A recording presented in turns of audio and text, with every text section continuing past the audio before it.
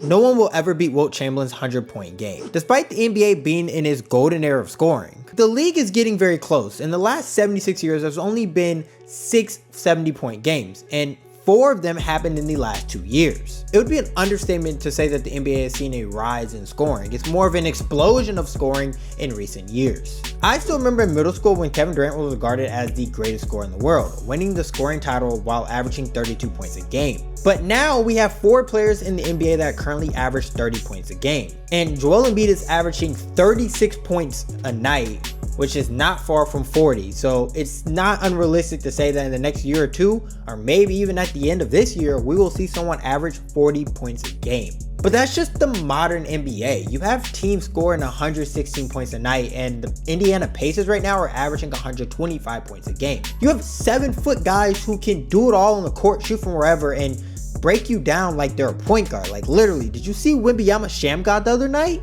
The NBA has completely evolved. Players are smarter than ever, quicker than ever, shoot better than ever, taller than ever, and overall just better than any player we've ever seen. And there's not really a sign of this slowing down anytime soon, which is why we see these crazy individual scoring games, and they're just so common now. A couple weeks ago, Joel Embiid scored a career high 70 points. And while the NBA world was still trying to wrap their mind around what Joel Embiid just did, Karl-Anthony Towns had 44 points at half, shooting over 80% from the field. He ended up losing his game though in a 62-point game effort. It was an amazing display of talent by 2 of the best big men in the entire league. Everyone was saying this was probably the best day in scoring in NBA history, only for that to be topped 4 days later, when Luka Doncic would score 73 points in a win over the Atlanta Hawks. And meanwhile, kinda in the same sorts of Karl-Anthony Towns, we saw Devin Booker drop 62 points right after him. It was one of the wildest weeks we've ever seen in NBA history. And naturally, when fans see these high scoring games, we like to fixate ourselves on 2 games. Kobe Bryant's 81 and Wilt Chamberlain's 100-point game. These 2 games have stood the test of time as the greatest scoring performances by an individual player in NBA history. Especially Wilt's 100-point game, which has been around for decades now. It's almost like a mythical thing that he scored triple digits in an NBA game. When you come to think about it, Wilt's 100-point game doesn't even sound real most of the time. And yes, there are conspiracies out there that it didn't even happen. But if someone did break Wilt's 100-point game, it wouldn't be the first time we saw an unbreakable record be beaten.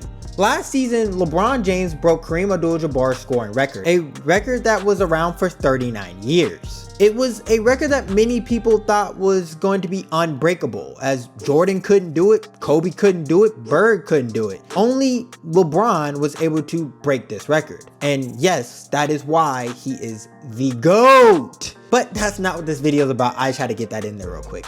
But the point is that the impossible has been done before, and it can easily be done again. It seems like a no-brainer that someone will finally break Wilt's 100-point game. But I actually don't believe that. In fact, I think Wilt Chamberlain's 100-point game might be one of the only unbreakable records to ever happen in the NBA. Let me explain. And before I do, make sure you hit that subscribe button. Okay, so for a player to have a monster night to score 60 plus points, a lot of things have to go right. First, they have to play against a team that is really not known for defense. Like Luka scored his 73 points against the Atlanta Hawks, and Joel Embiid scored his against the San Antonio Spurs. Also, you need to have a good shooting night, which sounds obvious, right? But even with those 2 variables, I still think there are other factors that have to happen for you to even come close to beating this 100-point record that people just don't look at. First off, if you want to break this 100-point record, you're going to play the full game. A lot of times when these guys have big nights, you'll see them get subbed out early because the game's just a blowout. A game I like to point to is Klay Thompson's 60-point game against the Indiana Pacers. This game was a 40-point blowout in the 3rd quarter, and Klay, although had 60 points, he didn't play the entire 4th quarter, and if he did, he probably would have finished with 80 points, which is something people don't talk about when they talk about Kobe Bryant's 81-point game. The Lakers were actually losing this game, and Kobe had to score 50 points in a half just for the Lakers to win because they were down by 14.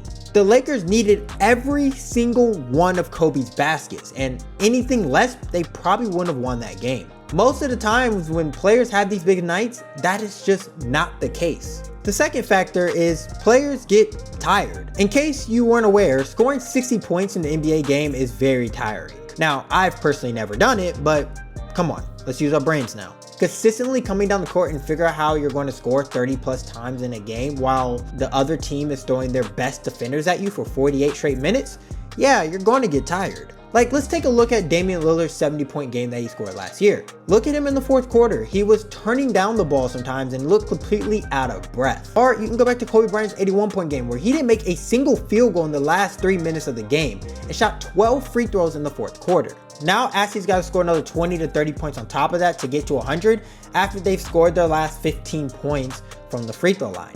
Yeah, that's very hard to ask of somebody. Shoot, even look at LaMelo Ball when he scored 92 points in a high school game. His whole fourth quarter, he cherry picked to get to the rest of his points. And I know that's a terrible example, that is high school basketball, but it still shows you how hard it is to score that many points and what type of toll it puts on your body. The modern NBA game is just too fast and too tiring for a player to score 100 straight points. And the last point, well, it's the defense. And I know what you're saying.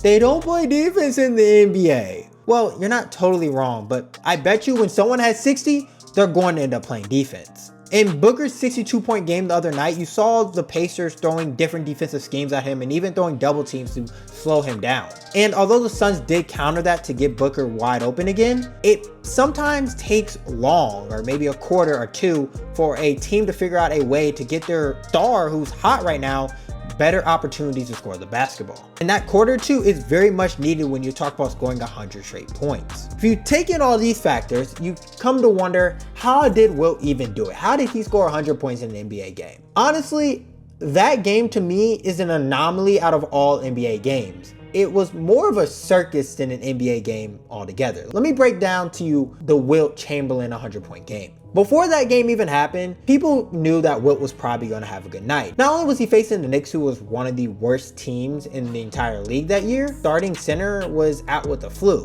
and their backup center only played 20 minutes because he was in foul trouble most of the game, leaving a 6'9" rookie to guard Wilt Chamberlain the entire game. Needless to say, Wilt dominated him. And let's just look at some of the numbers that were in this game. Wilt shot the basketball 63 times, the most field goal attempts ever attempted in NBA history. In fact, over the last 3 decades, no one has even attempted over 50 shots in an NBA game. Now, the game has evolved into more 3-point shooting, which Wilt didn't have back then, so maybe, yeah, a guy like Damian Lillard, maybe he could have scored 100 points with 23 pointers. So I'll give you that one. But something that is undeniable is free throws. And most of the highest scoring games in NBA history, they shot a lot of free throws. Wilt took 32 free throws the night he scored 100 points. And he made 28 of them, which is tied for the most free throws made in an NBA game. And outside of just the numbers, the whole atmosphere of that game was a bit strange than a regular NBA game. The Knicks knew early on that they really had no chance of winning this game or stopping Wilt altogether, so they made it their main focus to stop Wilt from scoring 100 points. And since they had no real defender to do it, they decided to hold the ball for 24 seconds every time they could, which resulted in Wilt's team fouling them so that Wilt can get the ball back and score more points. In fact,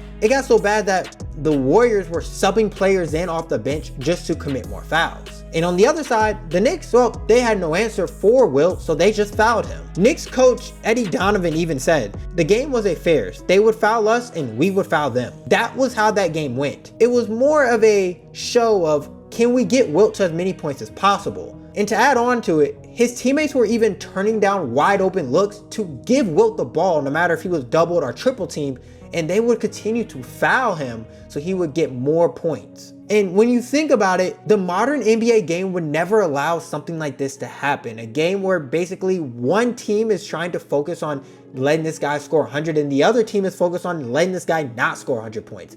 Neither team was focused on actually winning the basketball game. The closest thing we've seen to this is Karl-Anthony Towns' 62-point game a couple weeks ago. After having 44 points in the first half, the Timberwolves made it their sole purpose to give Towns the ball every possession down. In the game to try to get him. Yeah, for sure. I think Yeah, once he hit his first 6-7 shots, I think everybody was pretty much just trying to see him go get 100 points. I knew I was. So. Which resulted in a loss for the Timberwolves, as they treated the game more like a talent show for Karl Anthony Towns than an actual basketball game. And there was a lot of immature performances here throughout the roster. We totally disrespected the game ourselves, and we got exactly what we deserved. So. Coach Finch said it best. It's disrespectful to the game of basketball. And this is actually the same notion that Wilt has had about the 100-point game. He's actually not that proud of that 100-point game because he felt like it wasn't an actual basketball game.